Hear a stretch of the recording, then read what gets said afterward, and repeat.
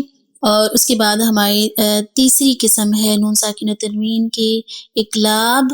نون ساکن و تنوین کے بعد جب حرف با آئے گا، سمپل حرف با، چھوٹی سی میم بھی لکھی ہوئی ہوتی ہے، جیسے من بعدی نہیں پڑھتے بلکہ مم بعدی، میم کو میم یعنی میم چھوٹی سی میم جو نظر آ رہی ہے آپ کو، میم کے ساتھ ملاتے ہیں، اور مم بعدی اس کو کہتے ہیں اقلاب۔ کیا کہتے ہیں؟ اقلاب۔ جب بھی نون ساکن و تنوین کے بعد حرف با آئے گا تو یہاں آپ کو چھوٹی سی میم لکھی ہوئی نظر آئے گی، ٹھیک ہے، تو اس کو اقلاب کہتے ہیں۔ اور آگے اگر ہم نون ساکن و تنوین کی چوتھی قسم دیکھیں تو وہ ہے ادغام۔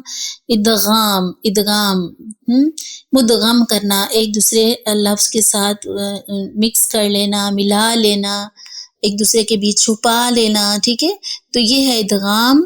ادغام کے مزید دو اقسام ہیں، ادغام مع الغنہ اور ادغام بلا غنہ، یعنی کہ غنے کے ساتھ ادغام اور بغیر غنے کے ادغام کرنا۔ تو اب ادغام مع الغنہ کب ہوگا؟ نون ساکن اور تنوین کے بعد جب حروف یرملون میں سے کوئی حرف آ جائے تو وہاں پہ ادغام کرتے ہیں۔